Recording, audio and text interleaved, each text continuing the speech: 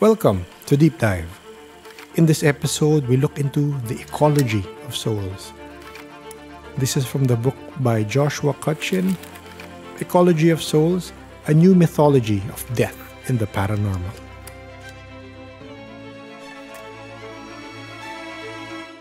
Kumusta? Handa ka na ba para sa isang medyo wild na ideya? Paano kung yung mga kwento natin tungkol sa multo, tapos yung mga, alam mo, yung engkanto, pati alien abduction, paano kung hindi pala sila totally separate? Based dito sa libro ni Joshua Cutchin, yung Ecology of Souls, ang mission natin ngayon ay tignan yung posibilidad na baka lahat to konektado, na umiikot lang pala sa iisang malaking konsepto ng kamatayan at kaluluwa. Okay, sige, buksan natin to. Tama. Kasi ang sentral na tanong talaga dito sa source material ay, posible bang itong lahat ng paranormal experiences, alam mo, fairies, aliens, kahit yung mga sinasabing cryptids, baka manifestation lang sila ng tinatawag niyang ecology of souls. Ecology of Souls, parang ecosystem ng mga kaluluwa, ganun ba? Oo, parang ganun nga. Isipin mo parang isang kumpletong sistema sa kalikasan, pero para sa mga kaluluwa, mga espiritu, mga nilalang na hindi natin basta-basta nalikita. Ang nakakaintriga dito, alam mo, yung mga patterns, paulit-ulit sa iba't ibang kultura, sa iba't ibang panahon. Yun yung kapansin-pansin. Okay. So simulan natin siguro sa sa near-death experiences or NDEs. Yes. Kasi madalas, 'di ba, sinasabi, hindi lang 'to malapit sa kamatayan. Oo, totoo 'yan. Marami diyan clinically dead na talaga. Yun nga minsan ilang minuto pa daw, kahit flat na yung EEG, yung brain activity. Tapos yung mga common elements, yung madilim na tunnel, yung sobrang liwanag pero di nakakasilaw. Oo, yung sinasabi nilang parang million suns daw yung liwanag pero okay lang sa mata. Oo, yun. Tapos, mga beings of light, o minsan mga yumao daw na kamag-anak, tapos yung life review, yung parang flashback ng buhay mo, at yung pakiramdam na wala ng oras. Ang nakakatuwa, lumilitaw daw to kahit sa mga kultura na parang iba yung konsepto nila ng afterlife, tulad daw sa mga Zuni. Talaga bang ganun ka-consistent? Mukhang ganun niya, based sa mga report. At dito na pumapasok yung koneksyon sa fairies o engkanto tsaka sa alien abduction. Okay. Paano? Kasi sa folklore, di ba yung fairyland, madalas ini-equate din yan sa lupain ng mga patay. Meron pang ang kwento, sa Ireland daw, may isang villager na nakita mismo ng mga kapitbahay niyang patay na. Nagsasayawan kasama raw ng fairy king and queen. Grabe yun. Oo. Tapos may mga paniniwala rin na yung mga tinatawag na little people, mga duwende, sila daw yung mga kaluluwa ng mga ninuno, lalo na yung mga nakalibing sa mga burial mounds.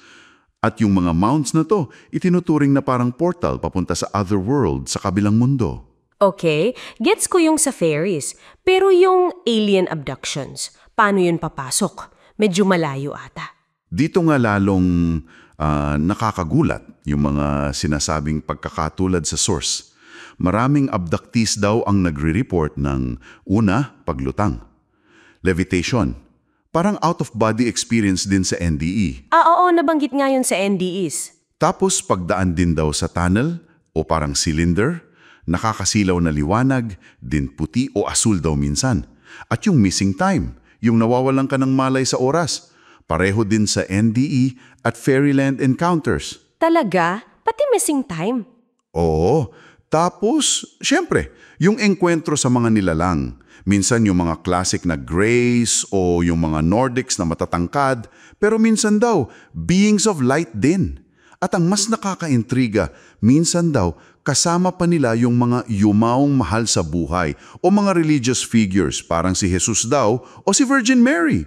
Wow! So parang NDE din na may kasamang aliens? Parang ganon. Minsan may life review din daw o kaya mga babala tungkol sa future, environmental issues, nuclear war, mga ganon. Teka, paano naman yung mga implants?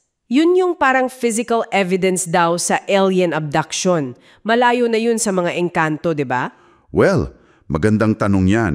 Pero ayon sa source, kahit yan daw, may parallel. Yung alien implants, ikinukumpara niya sa tinatawag na fairy blasts. Parang mga marka o bagay na mahiwagang iniiwan sa katawan ng mga engkanto. Tema rin daw yan sa shamanism. Okay. May ganun pala. Oo. Umang mga pag-aaral like yung sa Free Foundation, sinasabi nila na hindi raw uncommon na yung isang tao makaranas ng parehong NDE at alien abduction experience. Grabe. Pareho talaga? Oo. At marami sa mga tinatawag na experiencers o repeaters, nagre-report din sila ng iba pang paranormal experiences. Multo, poltergeist activity, minsan nagkakaroon daw ng psi abilities. Psi abilities? Like telepathy? Ganon? Oo, telepathy, minsan healing abilities, tsaka yung mga synchronicities, yung mga meaningful coincidences na parang hindi lang nagkataon at tumitindi daw to pagkatapos ng NDE o abduction nila. So, nagtatanong tuloy yung source, itong mga experiences bang ito parang nagbubukas ng pinto sa ibang dimension o nag-unlock ba to ng latent ability sa atin? Interesting na tanong yan. Isa pang konsepto na binabanggit ay yung psychopumps. Ano naman to? Psychopomps. Bali sila yung mga guides ng kaluluwa, yung tagahatid sa kabilang buhay. Lumilitaw sila sa iba't ibang yanit, di ba? Sa NDE, sa mythology. Minsan hayop-usa, aso, ibon, kuwago daw. Minsan mga Diyos, Hermes, Anubis, o mga folk figures. Minsan mga ninuno mismo. So yung mga beings of light sa NDE o yung mga aliens na nakaka-enkwentro sa abduction, posibleng mga psychopump din pala sila pero naka-modern disguise? Ganon? Posible. Yun yung isang tinitingnang anggulo ng source material. Alam mo, sigurado maraming makakarinig nito na iisiping, coincidence lang yan, o baka imagination lang, o na-impluensyahan lang ng kultura. Paano sinasagot ng source yung mga ganong pagdududa? Kinikilala naman ng source yung mga paliwanag na yan, siyempre. Pero ang dinedistake niya, yung mga cross-cultural patterns na consistent kahit sa mga lugar na walang ganong tradisyon sa kwento. Pati yung ilang physical details na minsan daw nakakapag-ulat. Ang punto lang siguro, baka masyadong limitado yung mga kategorya natin. Alam mo, yung paghihiwalay natin sa multo, engkanto, aliens. Baka nga, iisang phenomenon lang yan na may iba't ibang muka. Isang malawak na ecology of souls na may kinalaman sa consciousness, sa buhay at sa kamatayan mismo. Malalim. So, ano kaya ang implikasyon nito para sa atin, para sa iyo na nakikinig? Kung totoo nga ang itong mga aliens, fairies, multo, NDEs ay magkakaugnay pala sa ilalim ng konsepto ng kamatayan at kaluluwa, paano nito babaguhin yung tingin mo sa realidad, sa consciousness, sa kung ano ang naghihintay sa atin? Yun nga. Iiwan namin sa iyo yung tanong na yan. Naalala ko tuloy yung sinabi ni Terence McKenna, posible kaya yung mga na-encounter natin sa altered states, kasama na NDEs, at baka pati abduction scenarios, ay isang tunay na sulyap kahit papano doon sa tinatawag na ecology of souls? Isang bagay nga na sulit pag-isipan. Hanggang sa susunod nating paghimay ng mga ganitong usapin,